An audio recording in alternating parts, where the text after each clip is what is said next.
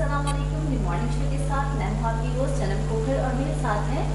सरवराज। जी नाज़रीन, तो हम प्रोग्राम का स्टार्ट में करेंगे सबसे पहले मौला अली के कॉल के साथ। कि मौला अली का कॉल है, जिस इंसान को साल भर कोई तकलीफ कोई रंज ना पहुंचे तो वो जान ले कि मेरा रब मुझसे नाराज़ हो गया है। जब हमें कोई भी दुख तकलीफ होती है तो हम अपने रब से गिला करते हैं कि उसने हमें किस अजियत में मुब्तला कर दिया है, लेकिन नाज़रीन जब हमें कोई तकलीफ़ मिलती है तो हमें इस बात का एहसास होना चाहिए कि अल्लाह ताला ने हमें अगर आजमाइश में डाला है तो वो हमसे कितना प्यार करता है। जी, इसी के साथ हम प्रोग्राम को स्टार्ट करेंगे। अपने प्रोग्राम को फर्स्ट सेगमेंट में स्टार्ट करूँगी खबर नज़र, जिसमें कि आपको पता है कि हम टॉप स्टोरीज़ पे डिस्कस करते हैं। जी, आज की हमारी टॉप स्टोरीज़ है सर्वर कराची की। जी हाँ, कराची में काफ़ी दिन से बदअमनी जारी है। मज़ीद 12 अफराद जाँ बहक हो गए। कल भी 12 अफराद जो हैं जाँ बहक हुए हैं कराची में। और गैंग वॉर थी कल जो हुआ, वाक़या जो हुआ है gang war Mauripur Musharraf colony में ये वाक़या हुआ है, जहाँ 10 से 12 अफराद जो है हलाक हुए हैं। और कराची में गुज़िश्ता मैं समझता हूँ कि जब से गवर्नमेंट में पाकिस्तान पीपल्स पार्टी की और इसकी इत्तेहादी गवर्नमेंट जब शुरू हुई है यहाँ पर कराची में गुज़िश्ता 4 साल में, तो हज़ारों लोग जो है अपनी जानों से हाथ धो बैठे हैं। देखिए, उससे पहले कराची में कदर अमन था, लेकिन अब जब हम देखते हैं, अगर इस साल की हम बात करते हैं सिर्फ 6 माह की, तो 800 से ज़ायद लोग जो हैं वो हलाक हो चुके हैं। मुख्तलिफ सियासी पार्टियों के कारकुनान भी शामिल हैं उसमें और आम पब्लिक भी शामिल है। तो इस पर काबू पाने की ज़रूरत है। और शहर में देखिए कि 36,000 पुलिस मौजूद है, लेकिन समझ नहीं आता मुझे कि कानून नाफिज करने वाले इदारों की मौजूदी में भी शरपसंद अनासिर जो हैं या दहशतगर्द जो हैं या टारगेट किलर जो हैं वो किस तरह आते हैं और अपनी कार्रवाइयाँ करते हैं, मज़मूम मकासद में कामयाब होने में कामयाब किस तरह हो जाते हैं, ये बड़ा एक सवालिया निशान। लम्हा फ़िक्रिया है कि इतने सारे लोग अपनी जानों से हाथ धो बैठे हैं। जिस तरह आपने कहा कि कल भी 10 से 12 लोग जो है वो हलाक हुए हैं और 20,000 रेंजर्स भी यहाँ मौजूद है वो सपोर्ट करने के लिए पुलिस को। तो ये तादाद जो है 56-57 हज़ार बनती है जाकर। FCV के मौजूद है 1,000 की तादाद में यहाँ पर। उसके बावजूद अमन कायम ना होना,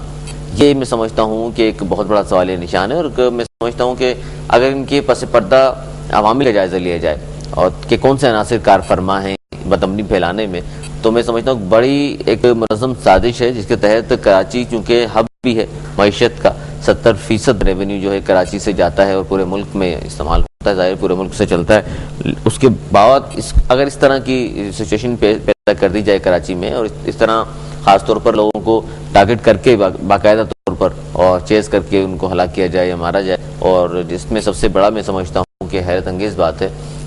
कि जो पाकिस्तान पीपल्स पार्टी की सिंध गवर्नमेंट में और वफाक में भी इत्तेहादी हैं, उनके सबसे ज़्यादा कारकुनान को टारगेट किया जा रहा है। मैं बात करूँगा ख़ास तौर पर मुत्तहिदा कौमी मूवमेंट की, कि जिनके तकरीबन इस गवर्नमेंट में तकरीबन 400 से ज़ायद कारकुनान जो हैं वो शहीद हो चुके हैं। और बहुत बड़ा ये लम्हा फ़िक्रिया भी है कि कौन लोग हैं आखिर जो इन्हें टारगेट कर रहे हैं और इनके पीछे कौन से अनासिर हैं जिन्हें पुलिस हाथ नहीं डालती या रेंजर्स इन्हें पकड़ने में नाकाम रहती है। और मुत्तहिदा कौमी मूवमेंट ज़ाहिर असम्बली में और असम्बली से बाहर भी मुतअद्दिद मरतबा मुतालबात कर चुकी है, एहतजाज भी कर चुकी है, लेकिन उसके बावजूद ऐसा नहीं हो रहा। इसके अलावा दूसरी पार्टी के कारकुनान भी हैं वो जो मारे जा रहे हैं कराची में, या आम पब्लिक भी है। उन तमाम की ज़ाहिर जिम्मेदारी तो गवर्नमेंट की है कि उनको सेफ्टी फराहम करे, उनको तहफ़्फ़ुज़ दे। तो तहफ़्फ़ुज़ देने में हुकूमत जो है मेरा ख्याल तो ये है कि मुकम्मल तौर पर नाकाम हो चुकी है, क्योंकि ये शरपसंद अनासिर जो हैं, ये टारगेट किलर जितने भी हैं शहर में धंधनाते फिर रहे हैं और उनको कोई पकड़ने वाला नहीं है, कोई शहरियों को परेशान हाल नहीं है। तो कल भी जो वाक़या पेश आया है मुशर्रफ कॉलोनी में तसादुम हुआ है और कहा जाता है कि जिरगे में शायद तलक़ी आपस में हुई, उसके बाद फायरिंग का सिलसिला शुरू हुआ और जिससे 10 से 12 आदमी जो है मौके पर हलाक हो गए। तो ये देखें, ये मुसलसल एक कराची में बदअमनी फैलाई जा रही है, मुसलसल इस तरह के वाक़यात रोज़ाना की बुनियाद पर हो रहे हैं और हुकूमत जो है इस पर कोई ख़ास एक्शन अभी तक नहीं लिया है। हम कह सकें कि जनाब इस तरह की न कोई स्ट्रेटजी बनी है अभी तक जिससे हम समझते हैं कि काबू पा लिया गया है इन तमाम चीज़ों पर, काबू पा लिया जाएगा। क्योंकि कहा ज़रूर जाता है, अखबारी और टेलीविज़न की सतह पर बयान ज़रूर इस तरह के आते हैं कि जी बिल्कुल हम इस पर बदअमनी काबू पाने की पूरी कोशिश कर रहे हैं और लाहे अमल बना रहे हैं, लेकिन लाहे अमल अभी तक हमें नहीं मालूम कि कौन सा वो लाहे अमल बनाया गया है, और अगर बनाया गया है तो उस पर इम्प्लीमेंट क्यों नहीं किया गया। क्योंकि इतने सारे लोग जो कराची में रोज़ाना की बुनियाद पर हलाक हो रहे हैं या टारगेट करके ख़ासतौर पर मारा जा रहा है, और ख़ासतौर पर सियासी जमातों के कारकुनान को ख़ासतौर पर निशाना बनाया जाता है, तो इनके पीछे कौन से महरिकात हैं, कौन से अनासिर हैं, कौन लोग मुलव्विस हैं, ये ज़रूर बेनकाब होना चाहिए। सिर्फ ये कह देना कि जी तीसरी कुव्वत इसमें मुलव्विस है, मैं समझता हूँ ये हल नहीं है किसी भी मसले का। तो इसके पीछे जो भी साजिश है और जो लोग कारफरमा हैं इस साजिश के पीछे। अक्सर पॉलिटिशियंस लाइक आते हैं, वो बोलते हैं कि हमें पता है कि इसके पीछे किसका हाथ है, तो उनको पकड़ते क्यों नहीं है वो लोग? यही सबसे बड़ा हमारे यहाँ अलमिया है और लम्हा फिक्रिया है कि उनको अनासिर को सच बोलने पे कोई तैयार हो और बाकायदा तौर पर मीडिया पे आकर बताएं कि जी हम ये इसमें अनासिर मुलव्विस हैं, या कोई भी अगर मिसाल के तौर पर कोई सियासी जमात मुलव्विस है या कोई कलदम पार्टी मुलव्विस है तो उसके बारे में आके ब्रीफ किया जाए और आवाम को भी बताया जाए, ताकि आवाम में जो गम गुस्सा पाया जाता है हुकूमत को खास तौर पर ये मेंशन कराई जाए कि जनाब ये लोग हैं इसमें मुलव्विस हैं, उनके खिलाफ फौरी कार्रवाई की जाए, ताकि ऐसे लोगों का कलमा हो और आवाम को जो एक सरों मौत मुसल्लत कर दी गई है और जिनको वोट देकर हम कामयाब कराते हैं यहाँ से शहरी जो आवाम है यहाँ की, वो ज़ाहिर सारे अमन पसंद करते हैं, मोहब्बत करने वाले लोग हैं, भाईचारे वाले लोग हैं, एक साजिश के तहत आपस में लड़ाया जा रहा है और टारगेट किया जा रहा है। जी सर, नेक्स्ट हम बात करेंगे वज़ीर आज़म यूसुफ रज़ा गिलानी की। कहते हैं कि जमहूरियत के चैंपियन जमाती बुनियाद पर बल्दियाती इलेक्शन कराएंगे, हमको अदलिया ने नहीं आवाम ने मुंतखब किया है। जी हाँ बिल्कुल, वज़ीर आज़म साहब जो हैं इस वक्त खास तौर में एक जिक्र करना चाहूँगा कि सुप्रीम कोर्ट में जो 2 रुकनी बेंच आज भी समाअत करेगा अरसलान इफ्तिखार केस की, उसमें मलिक रियाज और आम सामने हैं, तो ये एक बड़ा अजीब तरह का मैं समझता हूँ मुबैना स्कैंडल सामने आए अरसलान इफ्तिखार का, और इस पर उन्होंने समझता हूँ कि ढके छुपे अल्फाज में जो है सुप्रीम कोर्ट पे बातें उन्होंने कल की हैं कि मुझे और मेरे बेटों को 4 साल से गालियाँ दी जा रही हैं, जबकि चीफ जस्टिस अरसलान का नहीं तो मेरे बेटों का केस ही सुन लें। तो उनका कहने का मकसद ये है कि मुझे इतने अरसे से टारगेट किया जा रहा है, मेरे बेटों को टारगेट किया जा रहा है, तो आप इतनी जल्दी परेशान क्यों हो गए हैं। अच्छा, उसके अलावा देखिए मलिक रियाज के हवाले से बात हो रही थी, तो जिन्होंने ये मुबैना इल्ज़ामात भाई उनकी तरफ से लगाए गए हैं अरसलान इफ्तिखार पर, तो उनके हवाले से उन्होंने कहा था कि मीडिया बहुत ज़्यादा बातें आई कि जनाब जरदारी साहब के दोस्त हैं, तो उस हवाले से भी कल यूसुफ रज़ा गिलानी साहब ने बात की है कि जरदारी से नहीं शरीफ बरादरान से भी उनके ताल्लुकात हैं। मलिक रियाज की अगर हम बात करते हैं तो तमाम सियासतदानों से ही उनके ताल्लुकात हैं। ये बात तो बिल्कुल ठीक कहा वज़ीर आज़म गिलानी साहब ने कि मलिक रियाज के तमाम सियासतदानों से ही ताल्लुकात भी हैं, और पाकिस्तान में जितने भी इस तरह की स्ट्रेटजी होती हैं, हम ख्याल ग्रुप है या शुजात हुसैन साहब हैं, शेख रशीद साहब हैं, या जितनी पार्टीज दूसरी पार्टीज़ हैं, उन तमाम के साथ जो है मलिक रियाज के ताल्लुकात भी हैं। ज़ाहिर है जिस तरह के सहाफ़ियों से भी ताल्लुकात हैं, उसकी ये बात नहीं है, इलेक्ट्रॉनिक और प्रिंट मीडिया के बहुत से लोग हैं जिनके साथ उनके ताल्लुकात हैं, लेकिन अब ये फर्स्ट टाइम ऐसा हुआ है कि मलिक रियाज साहब इस तरह खुलकर जो है स्टेज सुर्खियों की जगह बनाने में कामयाब हुए हैं और इस तरह खबरों में आए हैं वो, तो उस पर बात हो रही है। और वज़ीर आज़म साहब की जिस तरह आपने जिक्र किया, कल भी उन्होंने मलिक रियाज के हवाले से और अरसलान इफ्तिखार केस के हवाले से भी बातें की हैं, और ढके छुपे लफ्ज़ों में उन्होंने चीफ जस्टिस साहब को तनबीह भी की है कि, और ख़ासतौर पर ये बात उन्होंने जो कि आज काफ़ी सारे अखबारात ने हेडलाइन बनाई है ये कि मुझे और मेरे बेटों को 4 साल से गालियाँ दी जा रही हैं, चीफ जस्टिस अरसलान का नहीं तो मेरे बेटे का केस ही सुन लें। देखिए चीफ जस्टिस साहब ने अरसलान इफ्तिखार जो बेटे हैं उनके केस से अलहदा होने का उन्होंने सेकंड डे ही ऐलान कर दिया था। आज भी समाअत होगी, 2 रुकनी बेंच आज भी उसकी समाअत करेगा, तो अभी हम देखते हैं कि आगे इंशाल्लाह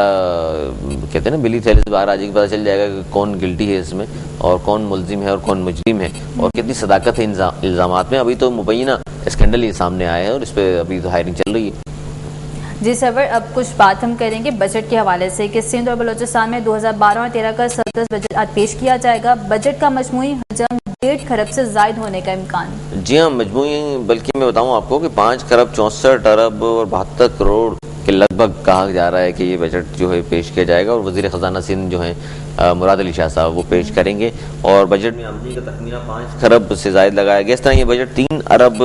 मैं समझता हूँ कि खसारे के साथ पेश किया जाएगा, और तरक्याती मंसूबों के लिए इस बजट में तकरीबन 228 अरब रुपए मख्तस किए गए हैं। कराची के बेरोजगारों को 3000 रक्शे देने का भी उन्होंने फैसला किया है कि जो कराची में चूँकि बहुत ज़्यादा बेरोजगारी है, बदमनी तो है ही, उसके साथ साथ बेरोजगारी भी अरूज पे, ज़ाहिर बदमनी की वजह से बेरोजगारी में समझता हूँ ज़्यादा हुई है, वरना जिस तरह मिसाल के तौर पर ठेले वालों को और मोचियों को और होटल वालों को या आम पब्लिक जो है मजदूरी करने जो घर से निकलती है, मिलों में जा रहे होते हैं लोग, उनको इस तरह निशाना बनाया जा रहा है। तो उस हवाले से उन्होंने कराची के बेरोजगारों के लिए 3000 रक्षा देने का भी ऐलान किया है, और पुलिस के लिए उन्होंने 30% इजाफे के साथ 39.3 अरब मख्तस किए हैं। देखिए अभी जिस तरह हमने पहले जिक्र किया कि जिस तरह हम पुलिस की बात करते हैं कि 36,000 पुलिस कराची में मौजूद है, और उसमें उनके बजट में फिर 30% इजाफा कर दिया गया, तो इतना ज़्यादा बजट लेने के बावजूद भी अगर पुलिस की कारकर्दगी सिफर है तो मैं नहीं समझता कि ये आवाम के ऊपर इस तमाम का बोझ डालना चाहिए। देखिए पुलिस इतनी बड़ी तादाद में मौजूद है, और ان عناصر کے خلاف کارروائی کرنے میں قطعاً ناکام نظر آتی ہے ہمیں. کیونکہ دیکھیے ایک اکا دکا کوئی واقعہ پیش آتا ہے کہ جی کسی دن سال میں یا 2 سال بعد کوئی ہمیں پتہ چلتا ہے کہ کوئی ٹارگٹ کلنگ ہوئی ہے یا گینگ وار جو بھی اس طرح موجود ہیں کراچی شہر میں, اس کی وجہ سے کچھ لوگ ہلاک ہو گئے ہیں, اپنی جانوں سے ہاتھ دھو بیٹھے ہیں, تو ہم سمجھتے ہیں کہ ان کے خلاف بھی کارروائی تو ہونی چاہیے. لیکن اگر روزانہ ہی 10 سے 12 اور 15 اور 20 لوگ مارے جائیں اس طرح بے گناہ, تو ایک بہت بڑا سوال نشان ہے پولیس کی کارکردگی پر کہ اتنی زیادہ آپ ان کو بجٹ فراہم کر رہے ہیں, اتنی زیادہ آپ ان کو پیسے فراہم کر رہے ہیں, اور اس کے باوجود بھی ان کی کارکردگی صفر ہے. تو میں سمجھتا ہوں کہ یہ بھی بڑا ایک نئی بات ہوگی کہ 30% اضافہ بھی کیا ہے اور اس کے باوجود بھی کارکردگی ان کی اگر اس طرح کی نہیں رہی, اور خاص طور شرپسندوں کو اور دہشت گردوں کو گرفتار کرنے میں اگر وہ ناکام رہتے ہیں, تو میں نہیں سمجھتا کہ پھر پولیس کو اتنا زیادہ بجٹ دیا جائے. جی سر, اب بات کریں گے تھوڑا 11 سیکٹر کی, کہ وہاں پر کل جیسے ہم نے دیکھا کہ ایک شہدا کی لاش نکالی گئی تھی. دیکھیے 11 سیکٹر کے حوالے سے, سیاچن کے حوالے سے آج بھی ایک پاکستان اور بھارت کے درمیان دور ہوگا وزیر خارجہ کی سطح پر اور وزارت خارجہ کی سطح پر, اور اس میں یہ بات ہو رہی ہے کہ سیاچن چونکہ ایک ایسا متنازع علاقہ ہے, اور خاص طور پہ ہندوستان نے 1984-85 میں جب زبردستی وہاں اپنی فوج تعینات کر دی تھی, اس سے پہلے پاکستان کی فوج نہیں تھی وہاں پر, تو جب وہاں ہندوستان نے ایک سازش کے تحت اپنی فوج وہاں اتاری ہے, اور راتوں رات ظاہر پاکستان آرمی نے بھرپور جواب دیا اور سینہ تان کر ان کے سامنے کھڑے ہوئے منہ توڑ جواب دیا, انہیں وہاں سے پیچھے دھکیل دیا پاکستان کی فوج نے. اور یہی ظاہر ہے ہمارے غیرت کے محافظ ہیں پاک فوج, اور ہمارے چپے چپے کا دفاع کے لیے ہر وقت 24 گھنٹے یہ چوکنا رہتے ہیں, اور جس کی وجہ سے اس ملک کی سالمیت جو ہے آج تک محفوظ ہے اور غیرت محفوظ ہے. تو یہ 11 سیکٹر میں جستخاکی جس طرح آپ کو خود آپ نے کر کیا 139 لوگ سویلین سمیت جو ہے برفانی تودی تلے دب گئے تھے, جس کی وجہ سے اس کے بعد سے خدائیاں جاری تھیں اور غیر ملکی ٹیمیں بھی یہاں پر آئیں, لیکن وہ تھکار کر واپس چلی گئیں کیونکہ بہت زیادہ سردی ہے وہاں پر. نقطہ انجماعت سے بھی نیچے کا یعنی کہ کوئی اندازہ کیجئے کہ 20-20 اور -20 سے زائد وہاں ہوتا ہے درجہ حرارت عام طور پر, تو اس سے اندازہ کیجئے آپ اتنا سخت مشکل حالات کے باوجود پاک فوج کے جوانوں نے وہاں کھدائی جاری رکھی, اور اپنے جن جو مشکلات میں تھے وہاں اور جو دب گئے تھے برفانی تودے کے نیچے, ان کی مسلسل تلاش جاری رکھی, اور اس میں اب وہ کامیاب ہوئے ہیں, اور بہت سارے ہماری جستخاکی نکال لیا گیا ہے شہداء کا. تو ایک اور جس طرح آپ نے کہا کہ جستخاکی ملا ہے انہیں, اور انہیں بھی نکال لیا گیا ہے. تو لیکن حل دیکھیں اس کا, جہاں تک حل کی بات ہے کہ سیاچن پر حل تو وہی ہے کہ دونوں ممالک جو ہیں مل بیٹھ کر اس پہ فیصلہ کریں اور تصفیہ کریں کہ جناب اس پہ چونکہ نہ کوئی گھاس پھوس اگتی ہے یہاں پر, نہ کوئی ایسی بات ہوتی ہے. جی باتوں کا سلسلہ جاری ہے, یہاں پر لیتے ہیں ایک شارٹ بریک.